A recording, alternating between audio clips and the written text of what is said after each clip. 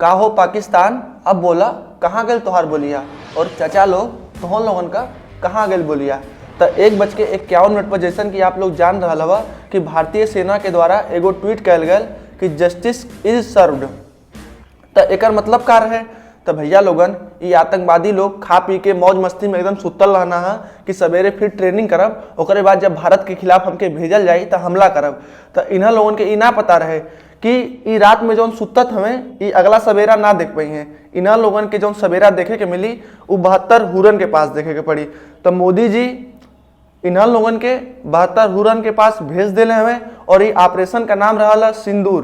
तो ऑपरेशन सिंदूर का मतलब का होला? जैसन कि आप लोग जानत हवा जा कि ये कायर आतंकवादी लोग धर्म पूछ करके नवविवाहित महिला लोगन के पतियन के मार दिल रहना है, उनके मांग के सिंदूर के उजाड़ दिले रहना है। तो वही का बदला लेवे खातिर भारतीय सेना के द्वारा ऑपरेशन सिंदूर कल गए, और इन्ह लोगन के संदेश दे दिया गया कि अब वो भारत ना है जौन सिर्फ निंदा करत रहे। निंदा करत करत अब हमन जा शर्मिंदा हो गए लनिया जाका। अब ये बता दिया गया है कि तू अगर एक के मरबा तो हमन जा 100 के मारे के। और पाकिस्तानी सेना धमकी भी देती है कि हम हमला करब। तू लोग का करबा?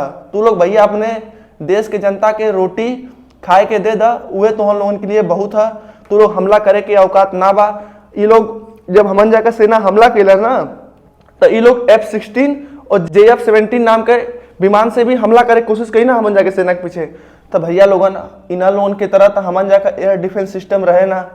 हमन जाका जौन एयर डिफेंस सिस्टम रहे इन्ह लोगन के F-16 विमान के JF-17 विमान के उड़ा देलस।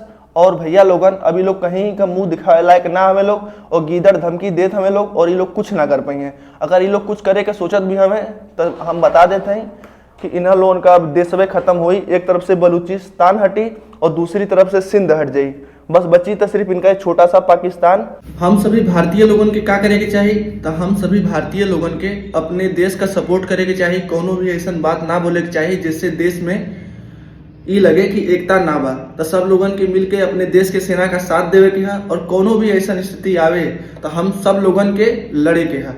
ठीक है ना भैया? ये बतावे के रहा है। जय हिंद, जय भारत।